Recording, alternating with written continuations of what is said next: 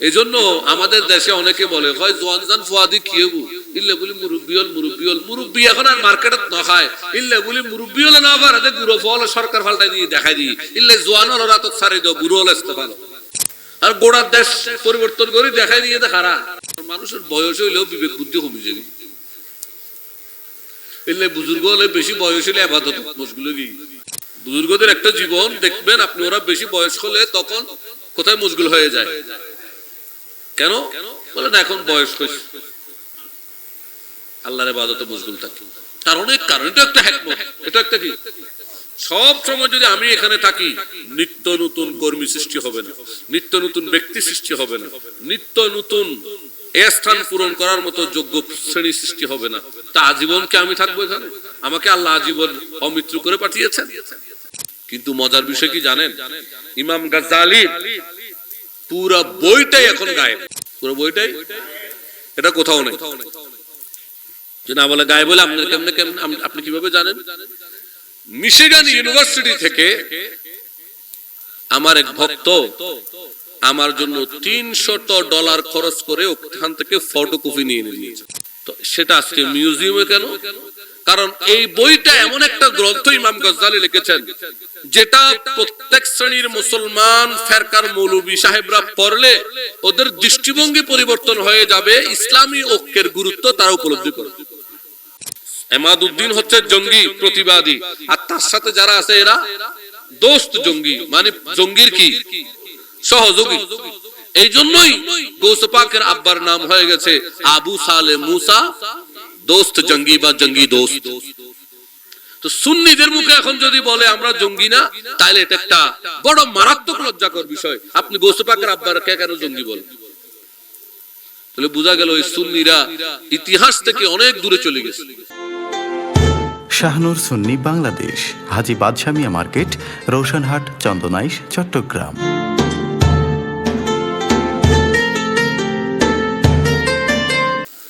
এতক্ষণ আপনাদের সামনে যিনি তকরির করেছেন সিটাঙের ভাষায় আমরা দুজন একই ফ্যাক্টরির মাল অর্থাৎ উনিও দর্শন নিজামী পড়েছেন বাহিরে আমিও পড়েছি বাহিরে কুমিল্লা আজ থেকে প্রায় 7 বছর আগে 7-8 বছর আগে আমি ওনাকে দেখে আশ্চর্য উনি আমাকে দেখে আশ্চর্য আমি বললাম আপনি এখানে বলা আমি তো ঢাকায় থাকি তো অনেক পরিচয় হলো কথাবার্তা হলো যদিও পূর্ব পরিচিতি কিন্তু ছাত্র জীবনের অনেক পরিচিতি তেমন ঘনিষ্ঠ হয় না যেটা পরবর্তী ঘনিষ্ঠ হয় আবার অনেক সময় ছাত্র জীবনের পরিচিতি ঘনিষ্ঠ থাকলেও পরবর্তী সেটা থাকে না হয় না ছিন্ন হয়ে যায় আলহামদুলিল্লাহ আজকে উনি ব্যস্ততা থাকলেও আজকের মাহফিল নিয়েছেন দাওয়াত কবুল করেছেন দরবার শরীফ উপস্থিত হয়ে নির্দিষ্ট বিষয়বস্তুর উপর আলোচনা করেছেন আমি যে বিষয়বস্তু দিয়েছি আমি জেনে শুনে ওনাকে দিয়েছি কারণ আশআরী ও মাতুরিদী আকীদার উপর আলোচনা করা এটা যার তার দ্বারা সম্ভব নয়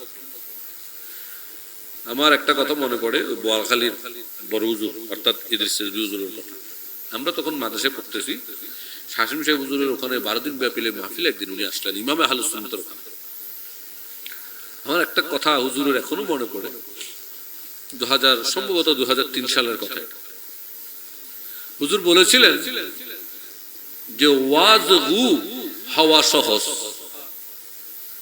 মানে বুঝেন নাই ও বক্তা হওয়া সহজ কিছু গল্প কাহিনী নসিহত এই নামাজের কথা রোজার কথা হজের কথা যাকাতের কথা আউলিয়া কেরামের জীবনী কথা এগুলো বলে বলে সুন্দর দিয়ে সুর দিয়ে এইভাবে বলে যাওয়া সহজ কিন্তু আকীদার উপর আলোচনা করা কঠিন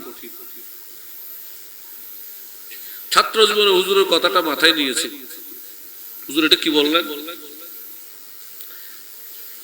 বাস্তব জীবনে এসে দেখতেছি আপনি দেখবেন কোরআনের তাফসীর অসংখ্য মুস্তাহিদ 1400 1450 বছর 1500 বছরে এমন কোন শতাব্দী নাই যেখানে তাফসীরের নতুন নতুন মডেল নতুন নতুন বিষয় কোরআন থেকে মুফাসসিরে কেরাম বের করে নিয়ে আসতেছেন নিত্য নতুন তাফসীরের উপর লেখা হচ্ছে কোরআনের বিভিন্ন অ্যাঙ্গেলে বিভিন্ন দিক থেকে কোরআনের ব্যাখ্যা করা হচ্ছে।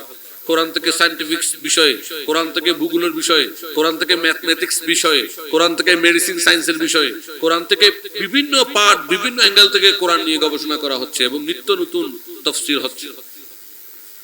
হাদিস নিয়েও একই বিষয়, হাদিস নিয়েও নিত্য নতুন সরা ব্যাখ্যা গ্রন্থ বের হচ্ছে, বন্ধ। কিন্তু আপনি যদি দেখেন এই 1500 বছরে আকীদার উপর গ্রন্থ সংখ্যা, লিখার সংখ্যা একেবারেই এগুলোর সামনে কম। এটা 100-এর উপরেও যাবে না। আপনি আকীদার বিষয়ে গ্রন্থের তালিকা যদি করেন 100 থেকে 200 এর উপরে যাবে না। আর তাফসীরের গ্রন্থ তালিকা করলে কয়েকশো পার করে হাজারে যেতে পারবে। এটা বুঝে যাচ্ছে বিষয়টা আসলে কি কঠিন। একটা বিষয় খুব সহজভাবেই আলোচনা করতে পারবে এই আত্মবিশ্বাস থেকে ওনাকে আমি বিষয়বস্তুটা দিয়েছি। এবং আমি যদিও এখানে নাই, কান কিন্তু এখানে, কান এটা আজকে না, আমি প্রায় সময় দরবারে মাহফিল হলে আমার কান থাকে মাহফিলের দিকে। তো আলহামদুলিল্লাহ উনি কোরআন ও সুন্নাহ থেকে আকায়েদের উপর এমন ভাবে মৌলিক আলোচনা করেছেন যে আমার বিষয়বস্তু যেটা উম্মতের মধ্যে ইত্তেহাদ, সেটার অর্ধেক আলোচনা বুঝলে সেখানে আছে, বুঝলে সেখানেই আছে। আমার শুধু কাজ হচ্ছে ওনার আলোচনাটাকে একটু নাড়াচাড়া দিয়ে কয়েকটা দলিল আদিল্লা দিয়ে আপনাদেরকে বুঝাই তাড়াতাড়ি ছুটি নাও, তাড়াতাড়ি কি নাও, ছুটি নাও। অন্যান্য বছরের মতো এই বছর এত চিন্তা নেই, তাড়াতাড়ি ছুটি নেওয়ার চিন্তা। আমি কোরআনুল কারীম থেকে একটা আয়াত কারিমা তেলাওয়াত করেছি। ইত্তেহাদ, ঐক্যতার জন্য দুটি জিনিস প্রয়োজন। আমি বিষয়বস্তুর উপরে চলে যাচ্ছি। ঐক্যের জন্য কয়টা জিনিস দরকার? কি কি? এক, ত্যাগ। প্রথমটা কি? ত্যাগ। প্রথমটা কি? ঐক্য করতে হলে প্রথমে কি দিতে হয়? ত্যাগ দিতে হয়। ঐক্য করতে হলে প্রথমে ত্যাগ দিতে হয়। দুই, একটু বড় মনের হওয়া, অর্থাৎ হিকমত অবলম্বন করা, কৌশল অবলম্বন করা। ঐক্য হওয়ার জন্য কয়টা জিনিস দরকার? ত্যাগ আর কৌশল। ত্যাগ আর এই দুইটার ভিতরে আরো অনেক কিছু আছে, এগুলো এই দুইটারই অংশ। যেমন ধৈর্য ধরা, যেমন মহব্বত করা, এটা একটা ত্যাগ। এই যে সেই জায়গায় আমি আমার এলমের বাহাদুরি না দেখিয়ে তার ভুল হয়েছে সেটা তার সামনে উপস্থাপন না করে একটু ধৈর্য ধরলাম, এটা একটা ত্যাগ। এটা একটা কি? এরকম অসংখ্য নজির আপনাকে আমি দেখাতে পারবো, অসংখ্য নজির দেখাতে পারবো, অসংখ্য নজির। আমি বুঝাতে পারছি? কিন্তু আজকে এসে সুন্নিয়তের অনৈক্যের প্রথম কারণ হচ্ছে এটা, প্রথম কারণ।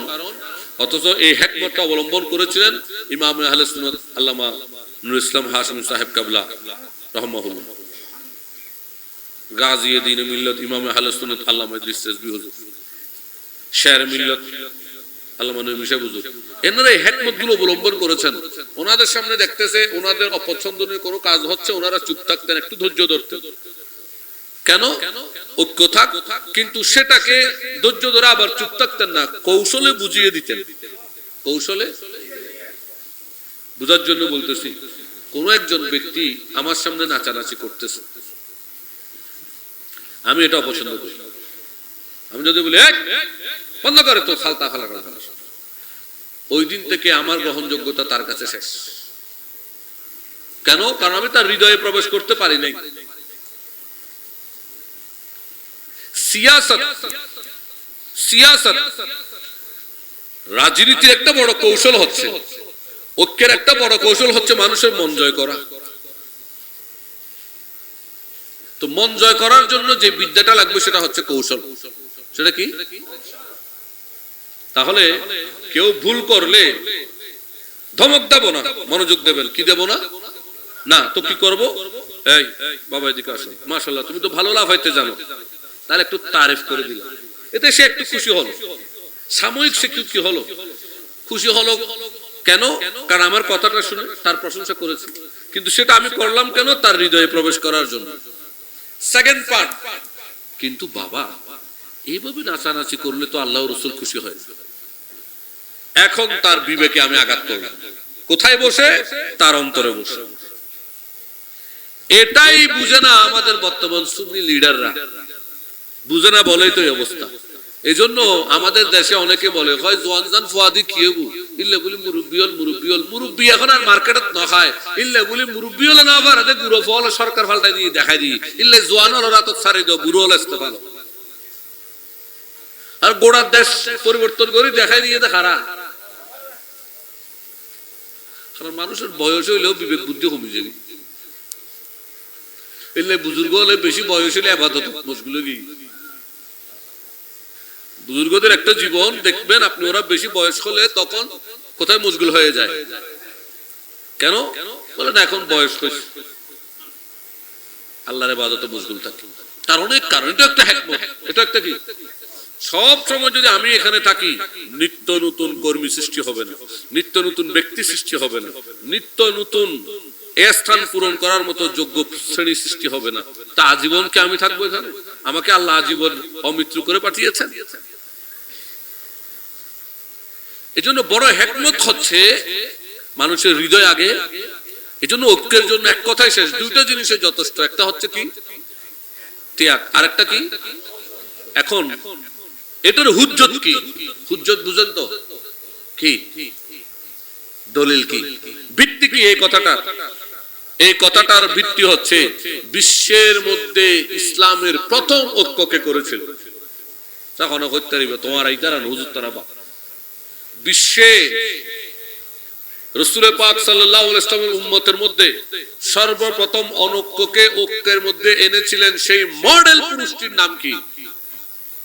আল্লাহু আকবার, মাশাআল্লাহ, ইমামে সাইয়্যিদনা ইমামে হাসান রাদিয়াল্লাহু তাআলা।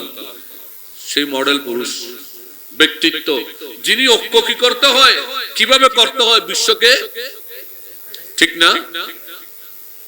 মুসলমানদের মধ্যে ইখতিলাফ, সাহাবীদের সোনালী যুগে ইখতিলাফ, কিন্তু ইমামে হাসান দেখিয়ে দিলেন কিভাবে ঐক্য করতে হয়। কিভাবে করতে হয়? ইমামে হাসান যোগ্য দুইজন সত্তা, একজন হচ্ছে সাইয়্যিদনা মুআবিয়া বিন আবি সুফিয়ান রাদিয়াল্লাহু তাআলা, আরেকজন হযরত ইমামে হাসান রাদিয়াল্লাহু তাআলা। দুইজনের মধ্যে অধিক যোগ্য ইমামে হাসান। কিভাবে? উনি সাহাবায়ে রাসূল, আহলে বাইতে রাসূল। উনি সাহাবায়ে রাসূল দুই বিশেষে বিশেষণ, আর সাইয়্যিদনা মুআবিয়া রাদিয়াল্লাহু তাআলা সাহাবায়ে রাসূল।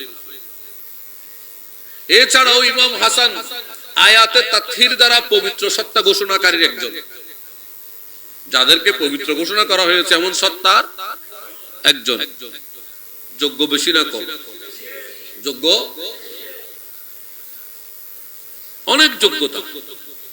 কিন্তু উনি দেখিয়ে দিলেন যে তোমার যোগ্য আছে, তাই বলে যদি তুমি সব সময় আমাকে দাও, আমাকে দাও, আমাকে দিতে হবে, আমাকে দিতে হবে এরকম করতে থাকো, ঐক্য হওয়া সম্ভব?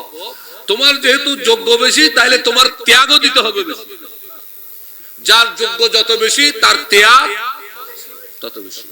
এই জন্য ইমামে হাসান আলী মাকাম ত্যাগ দিলেন। সালামুল্লাহ আলাইহি।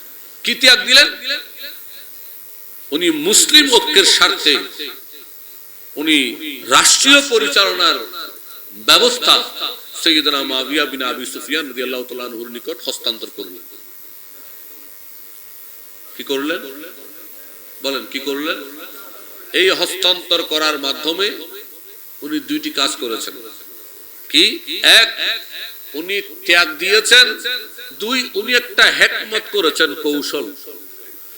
কৌশলটা কি? যে আপনি প্রতি বছর আমাকে একটা নির্দিষ্ট পরিমাণ হাদিয়া প্রেরণ করবেন। কি? তার অর্থ মূলত জিনিসটা আমার, আমি আপনাকে ব্যবহার করতে দিলাম। যেন গাড়ি বা আর আয় তোমার আর বললাম যে তুমি ব্যবহার করো গো, আর বছরে বছরে টিয়া দিবে। এই যে একটা কৌশল।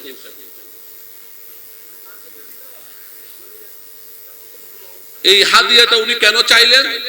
এটা কৌশল এই জন্য যাতে কেউ বলতে না পারে যে ইমামে হাসান যোগ্য ছিলেন না বলে দিয়ে দিয়েছেন। না, যোগ্য ছিলেন বলেই উনি কি নিয়েছেন? মালিকানা সত্ত্ব হিসাবে হাদিয়া নিয়েছেন। কিন্তু ঐক্যের জন্য উনি আবার ছেড়ে দিয়েছেন তাহলে উনি এখানে ঐক্যের জন্য দুইটা কাজ করেছেন, ত্যাগ দিলেন গদি আর হাদিয়াটা নিলেন কৌশলে। তাহলে বোঝা যাচ্ছে ঐক্যের জন্য দুটো জিনিস দরকার, একটা হচ্ছে ত্যাগ আর একটা হচ্ছে কৌশল, আর একটা কি, এই দুইটা জিনিস যদি আমি, আপনি, আমরা, সারা বিশ্বের মুসলমান বুঝতে পারি, তাহলে আমাদের মধ্যে ৭৩ ফেরকার সবাই এক হওয়া সম্ভব। কি বলছি আমি? ৭৩ ফেরকার মুনাফিক মুমিন দুটোও একসাথে হওয়া সম্ভব। সুন্নিরা তো আছে, যদি আপনি শুধু এই দুইটা শব্দকে উপলব্ধি করতে পারেন। এখন হয়তো জিজ্ঞেস করতে পারেন ঐক্য কিভাবে হবে? আচ্ছা, কিয়ামত পর্যন্ত কি হবে এটা কি আমার নবীজি জানতেন না? জানতেন। তো পথ নিদর্শন দিয়ে যায় নাই? অবশ্যই দিয়েছেন। আমি আপনি খুঁজে বের করতে না পারাটা আমাদের ব্যর্থতা, আমাদের ব্যর্থতা। খুঁজে নেওয়াটা আমাদের যোগ্যতা। এখানে সরকারে পাকের কোনো সমস্যা নয়, ওনার ইজ্জত এহতারাম আল্লাহ যেভাবে দিয়েছেন সেভাবেই থাকবে, তার থেকে কেউ কমাতেও পারবে না, বাড়াইতে পারবে কমাইতে, কারণ আল্লাহ যেভাবে দিয়েছে সেভাবেই থাকবে, এখানে বাড়ানোর সুযোগ নাই। বাড়াবেন আল্লাহ, ওয়ারাফা'না লাকা যিকরাক, আল্লাহ জানেন কতটুকু বাড়িয়েছেন, সেখানেও যাওয়া আমার আপনার দ্বারা সম্ভব না। বাড়িয়েছেন কে? শুধু কি আল্লাহ? উনি বাড়িয়েছেন, তিনি বাড়িয়েছেন, যিনি বলতেছেন আলিউন আযীম। আলিউন আযীম কিন্তু আলিউন, আলিউন কিন্তু আযীম, সোজা কথা নয়। আলিউনত্ব বড়ত্ব, আযীমত্ব মহত্ব। যার কাছে বড়ত্ব মহত্ব দুইটাই আছে, তিনি বাড়িয়েছেন, তাহলে চিন্তা করার বিষয় সে কতটুকু বাড়াতে পারে। তো উত্তর, তার ক্ষমতা যতটুকু আছে। তো আল্লাহর ক্ষমতার সীমা কতটুকু? তো অসীম। তাহলে নবীকে বাড়িয়েছেন অসীম, নবীকে বাড়িয়েছেন। নবীর ইজ্জতের কোন সীমা? কেউ যদি সীমা বেঁধে দেয়, এটা তার দৃষ্টিভঙ্গির সমস্যা। নবীকে এতটুকু তাজিম করতে পারবেন, এতটুকু করলে শিরিক হবে, এটা ওনার দৃষ্টিভঙ্গির সমস্যা। কোথায়? দৃষ্টিভঙ্গি। কারণ মানুষের তো এক একজনের খাওয়ার রুচি এক এক রকম, দৃষ্টিভঙ্গিও। শুধু একটা কথা বলি, দৃষ্টিভঙ্গ কত রকম বুঝার জন্য একটা কাজ করবেন, কি জানেন? ৫ জন মানুষকে এক লাইনে দাঁড় করিয়ে দিবে। রিক্সা দিয়ে একটা মেয়ে আর ছেলে যাচ্ছে, যুবক যুবতী রিক্সা করে যাচ্ছে। ওই ৫ জনকে জিজ্ঞেস করবেন আলাদা আলাদা করে, তারা তো একসাথে ছিল, এবার আলাদা করে ফেলেন। আলাদা করে জিজ্ঞেস করেন এই রিক্সায় যে ছেলে মেয়ে বসতে, এরা কারা? ৫ জনের ৫ মন্তব্য। একজন বলবে এই যুগের পোলাপাইন খারাপ হয়ে গেছে, পড়ালেখা না করে 420 করে। ইয়ে তো গায়া গায়া, তো গায়া গায়া গায়া। ২, হ্যাঁ দেখছেন কি অবস্থা? তারা মিয়া বিবি রাস্তার মধ্যে এভাবে এগুলো করে কেন? আচ্ছা, আরেক আচ্ছা, এই যুগের মধ্যে ভাই বোনরাও তো দেখি ভালো করে পর্দা করে চলে। কয়টা চলে গেল? তো দেখছেন ভাই, এই যুগের কি অবস্থা হয়েছে। এই পোলাটা মেয়েটা নিয়ে কয় টাকা দিয়ে ভাড়া করছে আল্লাহ জানে। এখন কয়টা হয়েছে? কয়টা হয়েছে? আরেকটা কয় আল্লাহ জানে দেশে আবার কি হইব, কোন জায়গায় জানি ছাত্ররা গোপনে বৈঠক করতেছে, দুইটাই ওই বৈঠকে যাইতেছে। কয়টা হলো? সমন্বয়। লাস্টেরটা মনে করছে এরা কি ছাত্র ছাত্রী দুজনের সমন্বয়। তাহলে কয় রকম হইল? মন্তব্য ৫ রকম, চিন্তা ৫ রকম। ৫ জনের ৫ মত। আমাদের সুন্নিদের তো আরো কঠিন মত, একজনেরই ৩ মত হইয়া যায় আমাদের সুন্নিদের ভিতরে।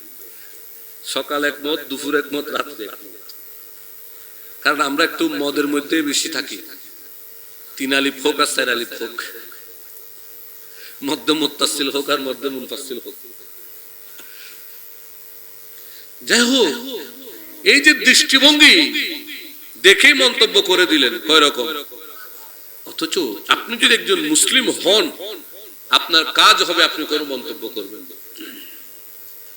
কোন মন্তব্য, কারণ তারা কে কি আমি কিচ্ছু জানি না। হতে পারে ভাই বোন, হতে পারে স্বামী স্ত্রী, হতে পারে বন্ধু, হতে পারে কোনো বর্তমান স্বেচ্ছাসেবী কর্মী, আমি বুঝতে পারছি, হতে পারে না। আমি কি দিয়ে মন্তব্যটা করব? এই যার যা খুশি মন্তব্য করে করে পার্থক্যটা তৈরি হয়, পার্থক্যটা তৈরি হয়। যাই হোক, এই যে আমাদের মতামত, মন্তব্য, দৃষ্টিভঙ্গির পার্থক্য আছে, বুঝেছেন তো? আমরা সেটা করি, করতে বাধ্য করি। আর যেটা মতানৈক্য, আমরা যার যার মতো তাকে ছেড়ে দিই। সুফিদের এই কৌশলকে ইমাম গজ্জালী রাহমাহুল্লাহ একটা নাম দিলেন। কি দিলেন? নামটা কি জানেন? ওয়াহদাতুল আদিয়ান। ওয়াহদাতুল, এগুলো বলতে গেলে কোথায় যে চলে যাবে আমার আজকের আলোচনা। আমি চেষ্টা করব অল্প কথায়, কিছু কথা না বলে লুকোচুরি করে মূল কথাটা অল্পতে বুঝাই দেওয়ার জন্য। ওয়াহদাতুল আদিয়ান, ইমাম গজ্জালী রাহমাহুল্লাহ যেই পিরিয়ডের, যেই সময়ের, সেটা হচ্ছে 400-500 হিজরি। ওই সময়টাতে কি অবস্থা ছিল আরবে জানেন? হ্যাঁ, এই যে আজকে কওমিরা সুন্নিদের উপর আক্রমণ, সালাফিরা সুন্নিদের উপর আক্রমণ করতেছে না?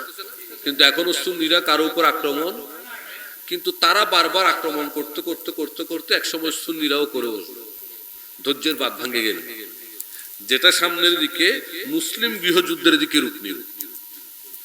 কি বলেছি আমি?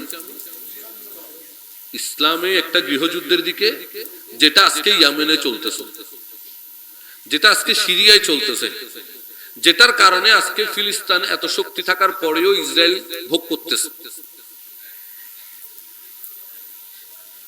অর্থাৎ আমরা যখন অনৈক্যটা, আমাদের অনৈক্যটা এত বেশি মারাত্মক হয়ে যাবে যে সেটা আমরা মারামারি, ঝগড়া বিবাদে সবসময় লিপ্ত থাকবো, তখন রাষ্ট্রীয় ক্ষমতা আমাদের থেকে চলে যাবে। রাষ্ট্রীয় ক্ষমতা আমাদের থেকে, এই চিন্তাটা ওই সময় এরকম হয়েছে, হয়ে পুরা আরব বিশ্বে খেলাফত তসনস হয়ে নামে মাত্র আব্বাসী খেলাফত টিকে ছিল, তাও একটা ছোট্ট প্রদেশ নিয়ে, নামে মাত্র হলব থেকে কয়েকটা প্রদেশ নিয়ে নামে মাত্র টিকে ছিল। আর মিশরে ফাতেমি টিকে ছিল, তাও খুব দুর্বল, দুর্বল, একেবারেই দুর্বল ভাবে। এত দুর্বল ছিল যে ক্রুসেডাররা হামলা করবে বললে তারা হিমশিম খেয়ে যাইত। ক্রুসেডার বুঝেন তো? খ্রিস্টান সন্ত্রাসবাদী দল, এত দুর্বল ছিল। ওই সময় ইমাম গজ্জালী উপলব্ধি করলেন, মুসলমানদের এই রক্ত ঝরানো থেকে মুসলমানকে উদ্ধার করতে হলে এখানে সর্বপ্রথম যেটা দরকার, ঐক্যের। যদি বলি আমি সুন্নি, রাষ্ট্র আমার হাতে দিয়ে দেন, আমি রক্ত মারামারি বন্ধ করে ফেলবো, এটা একেবারে মিথ্যা কথা। কারণ সিক্কা জিসকা বলি উসকা, সিক্কা জিসকা বলি উসকা। যদি বলি কওমিরা বলে আমাদেরকে দিয়ে দেন, আমরা রাষ্ট্র ভালো ভালো করে পরিচালনা করব, দেওয়ার আগেই মাজার ভাঙচুর হইতেছে, দিলে কি করবেন আল্লাহ ভালো জানেন। তো মৌলিক বিষয়টা হচ্ছে, ইসলামকে, মুসলমান সকল ফিরকাকে, সকল মুসলমানকে, মতাদর্শকে যদি শান্তিতে থাকতে দিতে হয়, মৌলিক প্রথম কাজ হচ্ছে ঐক্য করা। কি করা? ঐক্যটা কিভাবে হবে? ইমাম গজ্জালী রাহমাহুল্লাহ একটা রুট ম্যাপ দিলেন, ওয়াহদাতুল আদিয়ান। আদিয়ান শব্দের অর্থ হচ্ছে জাতি, ফিরকা, ধর্ম বা বর্ণ। একটা শব্দের অনেক অর্থ হয়। তো ওয়াহদাতুল আদিয়ান, এখানে মৌলিকভাবে শব্দটা ব্যবহার হয়েছে ওয়াহদাতুন, একক, আদিয়ান ধর্ম, অর্থাৎ ইসলামটা একটা ধর্ম। আর 73 এটা হচ্ছে বিভাগ, শ্রেণী। এটা কি বুঝার জন্য বলতেছি, বুঝার জন্য। মনে করেন একটা স্কুল বা চট্টগ্রাম ভার্সিটি, বা একটা মাদ্রাসা আছে না? প্রতিষ্ঠান কয়টা? কিন্তু শ্রেণী ক্লাস 1, ক্লাস 2, ক্লাস 3, ক্লাস 4 এগুলো কি এক একটা শ্রেণী। ইমাম গাজ্জালি বললেন মুসলিম একটা ধর্ম, ইসলাম একটা, আর এখানে আশআরি, সুন্নি, তারপর কওমি, খারেজি, সালাফি, মুতাজিলা, কাদরিয়া, মুরজিয়া, জাবরিয়া, এগুলো এক একটা শ্রেণী, এক একটা। আমি বুঝতে পারছি? সেই জন্য উনি নাম দিলেন ওয়াহাদাতুল আদিয়ান, একক আদিয়ান। অর্থাৎ আমাদের যতগুলো ফিরকা আছে, শ্রেণী আছে, এই শ্রেণীগুলোর একত্রীকরণ। আর সূত্রটা উনি রাখলেন কি? উনি বললেন যে যেই বিষয়ে আমাদের দ্বিমত নাই সেই বিষয়ে আমরা এক, যেই বিষয়ে আমরা দ্বিমত আছি সেগুলো নিয়ে আমরা বিবাদে জড়াবো না, যে যার অবস্থান থেকে দালিলিক কথা বলবো। বুঝতে পারি নাই? এবার উদাহরণ দিই, খুব মনোযোগ দিলে বুঝবেন। নামাজ, রোজা, হজ, যাকাত, কোন বিবাদ আছে? আছে। কিন্তু দেখেন নামাজে আমি জোরে বলবো না আস্তে বলবো, বিবাদ আছে। হাত বুকে না নাবিতে না খুলে দিয়ে, বিবাদ আছে না? কিন্তু মৌলিক নামাজটা যে পড়তে হবে, এটা যে 5 ওয়াক্ত, এটা নিয়ে বিবাদ। ফজরের ফরজ 2 রাকাত জামাতে পড়তে হয়, এটা নিয়ে বিবাদ আছে। যোহরের 4 রাকাত জামাতে পড়তে হয়, বিবাদ আছে। কিন্তু সেই ওয়াক্তটা আবার নির্ধারণে কিছুটা বিবাদ আছে। তো বলে মৌলিক জিনিসটা যখন বিবাদ নাই, তাহলে আমরা সেটা সবাই একসাথে সেটাতে সবাই একসাথে অংশগ্রহণ করব। যেখানে বিবাদ আছে যার যার মতো শেষে করব। আসর জোহরের নামাজ আপনি আপনার সময়ে পড়বেন, আমি আমার সময়ে পড়ব। আসরের নামাজ আপনি আপনার সময়ে পড়বেন, আমি আমার সময়ে পড়ব। আমি বলবো না আপনাকে কটাক্ষ করে কোনো কথা কিংবা আপনার প্রতি আক্রমণাত্মক কিছু করব না, আপনিও আমার প্রতি করবেন না। তবে আমি আবার অবস্থান থেকে আমি কেন আসরের নামাজ দেরি করে পড়ি তার দলিল আলোচনা করার অধিকার রাখি। আপনিও আসরের নামাজ কেন তাড়াতাড়ি পড়েন, আপনিও দলিলের আলোচনা করার অধিকার। আলোচনা করা যাবে, সমালোচনা করা যাবে, কিন্তু সংঘাতে জড়ানো যাবে এই ধরনের কিছু কথা কোরআন হাদিস দিয়ে উনি সাব্যস্ত করে দিলেন। কিন্তু মজার বিষয় কি জানেন? ইমাম গাজ্জালির পুরো বইটাই এখন গায়েব, পুরো বইটাই, এটা কোথাও নেই। যে না বলে গায়েব বলে আপনার কেমনে কেমনে আপনি কিভাবে জানেন?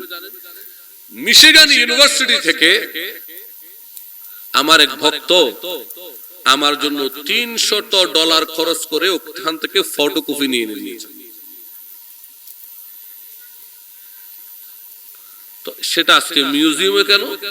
কারণ এই বইটা এমন একটা গ্রন্থ ইমাম গাজ্জালি লিখেছেন যেটা প্রত্যেক শ্রেণীর মুসলমান ফেরকার মৌলবী সাহেবরা পড়লে ওদের দৃষ্টিভঙ্গি পরিবর্তন হয়ে যাবে, ইসলামী ঐক্যের গুরুত্ব তারা উপলব্ধি করবে। এই জন্য এটাকে তারা কি করে রাখা হয়েছে, তাও কাদের আন্ডারে? Michigan university. এটা কি আমাদের? কোন জায়গায়? বোধ কেউ নেওয়া যান যুক্তরাষ্ট্রে। কোথায়? তো তাদের মিউজিয়াম। চিন্তা করেন সম্পদ কার? আমার সম্পদ যখন আমার দুশমনের হাতে থাকে সেটা কি আমার মঙ্গল হয়? আমি বুঝতে পারছি।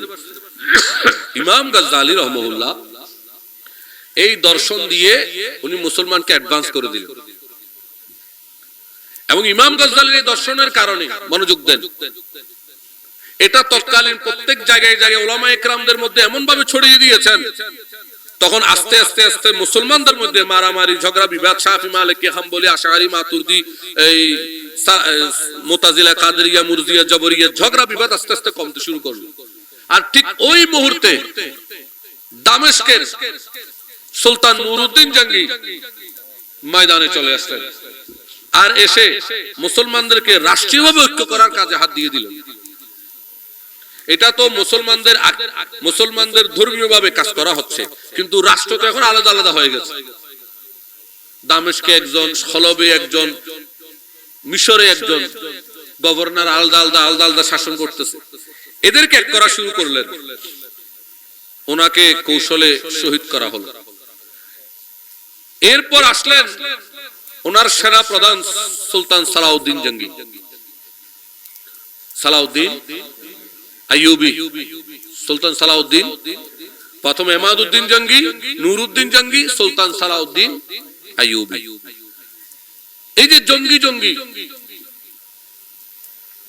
বলছে না, এজন্য আমি নিজেকেও জঙ্গি বলি। আমরা সুন্নিরা জঙ্গি। ছাত্র সমন্বয়ক যারা মাঠে ময়দানে আজকে দেশ পরিবর্তন উন্নয়নের কাজ করেছেন তারাও জঙ্গি। জঙ্গির অর্থ তারাই জানে না যারা পড়াশোনা করে না। পড়াশোনা করলে আপনি জঙ্গির অর্থ জানবেন। জঙ্গির অর্থ সন্ত্রাসী নয়, জঙ্গির অর্থ হচ্ছে প্রতিবাদী। জঙ্গির অর্থ কি? প্রতিবাদী। সন্ত্রাসীকে ফার্সি উর্দুতে বলা হয় গাদ্দার, আরবিতে বলা হয় বাগী। আরবিতে বলা হয়, ফার্সি শব্দ জঙ্গি, এর বাংলা অর্থ হচ্ছে প্রতিবাদী। এর অর্থ কি? এজন্য সুলতান এমাদউদ্দিন জঙ্গি যখন ইমাম গজ্জালির কাজের মাধ্যমে যখন মুসলমানদের ফেরকাবাজির মারামারি কমে গেল, রাষ্ট্রীয়ভাবে মুসলমানদের নিরাপত্তা একতার দরকার, এমাদউদ্দিন জঙ্গি যখন সেই কাজে হাত দিলেন, অর্থেরও দরকার। উনি বড় বড় ধনী ব্যক্তি এবং ওই সময়ের পীর মশায়েখদের সহযোগিতা নিয়ে একটা পরিষদ করলেন। একটা কি করলেন? পরিষদ করলেন, ওয়াহদাতুল আদিয়ান পরিষদ। কিভাবে সারা বিশ্বের মুসলমানকে এক করা যায়, পুনরুদ্ধার, মুসলমানের ইজ্জতকে, মুসলমানের রক্ত হানাহানিকে বন্ধ করে এক করা যায়, পরিশোধ করলেন। এখানে বিভিন্ন মাশায়েখ কেরাম সময় দিয়ে, ভক্ত মুরিদ নিয়ে, অর্থ দিয়ে সহযোগিতা করতেন। তো তাদেরকেও বলা হয়তো দোস্ত জঙ্গি। তাদেরকে কি বলা হয়তো? এমাদউদ্দিন হচ্ছে জঙ্গি, প্রতিবাদী, আর তার সাথে যারা আছে এরা দোস্ত জঙ্গি, মানে জঙ্গির কি? সহযোগী। এই জন্যই গৌস পাকের আব্বার নাম হয়ে গেছে আবু সালে মুসা, দোস্ত জঙ্গি বা জঙ্গি দোস্ত। তো সুন্নিদের মুখে এখন যদি বলে আমরা জঙ্গি না, তাহলে এটা একটা বড় মারাত্মক লজ্জাকর বিষয়। আপনি গৌস পাকের আব্বারকে কেন জঙ্গি বলেন? তাহলে বোঝা গেল এই সুন্নিরা ইতিহাস থেকে অনেক দূরে চলে গেছে, ইতিহাসের ইও জানে। এজন্য এই ইমাদউদ্দিন জঙ্গি, নুরউদ্দিন জঙ্গির পর দায়িত্ব নিলেন সালাউদ্দিন আইয়ুবী। আইয়ুবী দায়িত্ব নেওয়ার পর ওই ভিত্তিটাকে নিয়েই বিভিন্ন সুফি ইকরামের খানকায় গিয়ে তাদের ভক্ত মুরিদ আশিকদের সহযোগিতায়, পীর মশায়েখদের দোয়ায় উনি পুরা আরব সাম্রাজ্যে যেখান থেকে মুসলমানদের ধ্বংসের পরিকল্পনা করা হইতো, ওই সময় সেই জায়গাটা ছিল ফিলিস্তিনের বাইতুল মুকাদ্দাস। ওটা তখন ইহুদিদের হাতে চলে গিয়েছিল। ফারুক আজম রাদিয়াল্লাহু তাআলা আনহু জয় করেছে, আবার তাদের হাতে চলে গেছে। তখন সেখানে আঘাত করে সেটা আবার মুসলমানদের জন্য নিয়ে নিল। আমি বুঝতে পারছি? আবার মুসলমানদের হাতে সেটা কিভাবে আনলো? ঐক্যের কারণে সম্ভব। কিসের কারণে? আবার আমাদের মধ্যে আস্তে আস্তে অনৈক্য শুরু। আমিন জোরে হবি, আস্তে হবি, অথচ এটা নামাজ না পড়ে। এই মাজারত কিল্লে যাস, তুই নামাজ পড়ছ না গিয়ে তুই যা, তুই জিজ্ঞেস না মাজারত কিল্লে যাস। মুখে দাড়ি নাই, মুখে কি নাই? দাড়ি নাই। সে বলে কয় মাজারে শিরিক চলে। তো তোমার গালের মধ্যে যে শেপ চলে,